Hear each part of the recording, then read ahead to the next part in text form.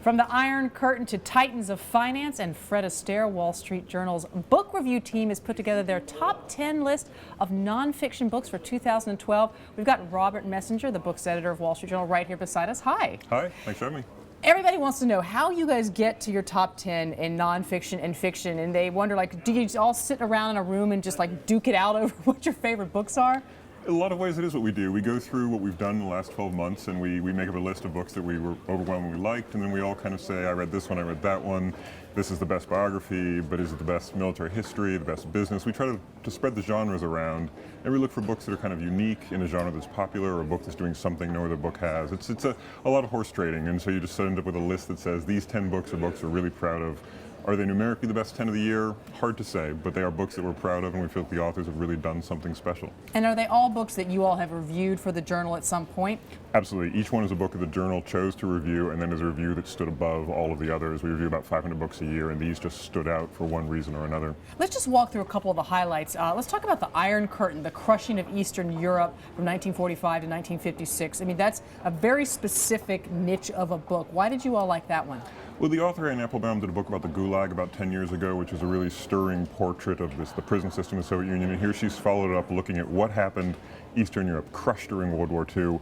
Suddenly, in the wake of that, comes an empire that really reestablishes another kind of totalitarian control. And there are people who opposed it and fought. There are people who set the thing in motion. But the ordinary person was just swept by another tide of history into another tragedy. And the book is harrowing, beautifully written, and tells you something that you know a little bit about, but here it is made plain and personal. A really, really magnificent book. Very good point. Something you may know a little bit more about, but that's going to take you on a sort of a narrative arc into that time period. Fred Astaire. So this is the opposite end of the spectrum. Why did you tell us about this book? This book was just charming from the get-go, like the man it's about. Fred Astaire came to fame with his sister, Adele, Deli as he called her. They stormed the stages of London, New York, but he was always in her shadow. She was the glamorous star. In 1932, she marries an English aristocrat. He thinks his career is done, goes off to Hollywood, dances into our hearts.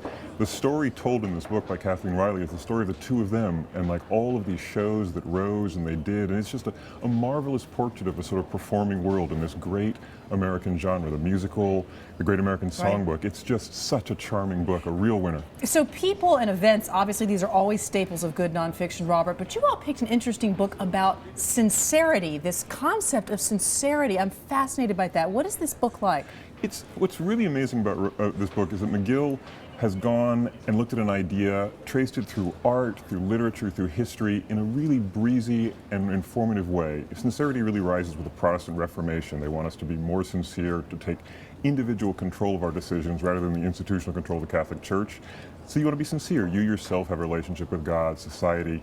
And then it's kind of undone the Romantic era who prefer an authentic relationship. Yeah. Like this is the most natural, the most wonderful. And so McGill traces this idea, and then it comes to people with Freud in the 20th century through art. And he ultimately comes to the idea that our search for authenticity is really a desire for people to tell us the truth, but not too much truth, which is brutalism. It's a really, really wonderfully done book about an idea. A very eclectic list you have. You've given us a tease about 3 of them. We have our entire list we're going to show you guys right now, and if you want to read more about many of these books, you can always go on WSJ.com and see the full top 10 nonfiction list. Thanks so much.